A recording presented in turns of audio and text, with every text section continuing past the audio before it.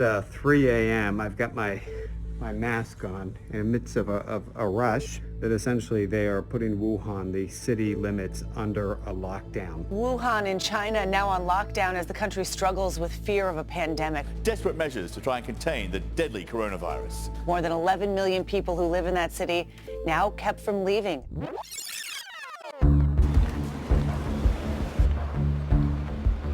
Just stepped aboard a train leaving Beijing. We're headed to Wuhan. That's considered the ground zero, the epicenter, if you will, of this coronavirus, hence the name Wuhan coronavirus. The most alarming thing that's come out of all of this is the fact that according to Chinese health officials, this is confirmed to spread from one person to another, human to human.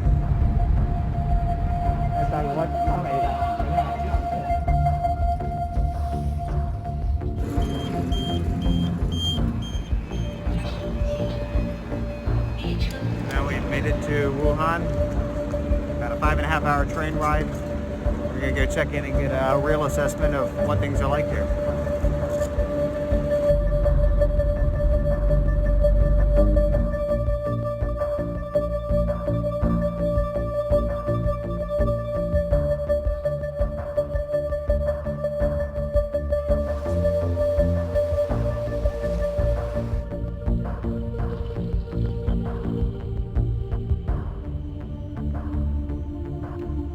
You can see they've closed off the entire market area. No shopping is going on, no business whatsoever. It's just empty. We suggest that if it's not necessary, do not come to Wuhan. And for Wuhan residents, if there is no special requirement, do not leave Wuhan. 我给你们看看现在这医院是什么状态了啊，已经看见了吗？这是医院里边啊，家里有孩子的能不出来千万别出来。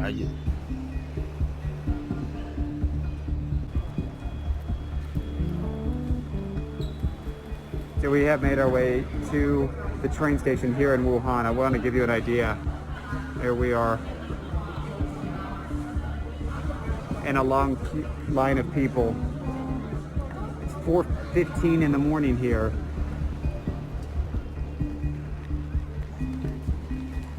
So we've just arrived at the second train station where we're hoping to catch the 7 a.m. train that would take us after 4.5 hours back to Beijing. We've noticed along the way that some people have been lining up, actually trying to get rides by car out of Wuhan.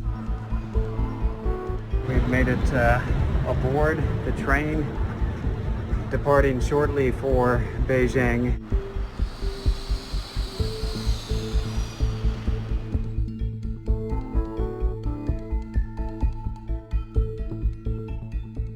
Having been on the ground there in Wuhan, we still have contacts who we are in touch with, trying to get a sense of what it's like for them living under this partial lockdown and the restrictions that they're now facing. Restrictions such as not even to be able to attend public gatherings and venues and movie theaters, and during a time of celebrations, that's incredibly difficult. For some, this is the only time of year that they can come together with family, and this is being shattered because of this virus and the growing concerns.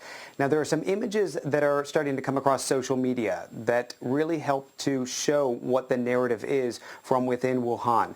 And it's rather desperate, and it's rather disturbing at the same time. I want to walk you through some of them, and I should tell you that CNN has not independently verified them, but our producers have been going through them quite meticulously, and they've been looking at the images as well as the dialects, and they believe them to be genuine. The first I want to show you gives us an idea as to the lack of infrastructure given the crowds and the influx of people that they're seeing at some of these hospitals. These are tents that have been set up apparently outside of one of the hospitals. That's what the video seems to be showing, so as to accommodate the overflow. In another video, it is a healthcare worker, a woman who is going along a line of potential coronavirus patients, and they're shoulder to shoulder in tight quarters, and she's shouting for them to follow certain procedures, but she at the same time is also telling them not to be nervous. And this last video here, it is a patient's view, that's what it appears to show, of being treated in a hospital in Wuhan. It's rather disturbing. Imagine this, you're being treated there and you look up and you see your medical team right in front of you all wearing hazmat suits. It's uneasy, but you don't blame the medical staff because, of course, they're trying to protect themselves given recent exposure for even healthcare workers and what we know that they have contracted the coronavirus as well. Now, to accommodate all of this, what is the Chinese government doing? Well, they have announced $144 million will be invested in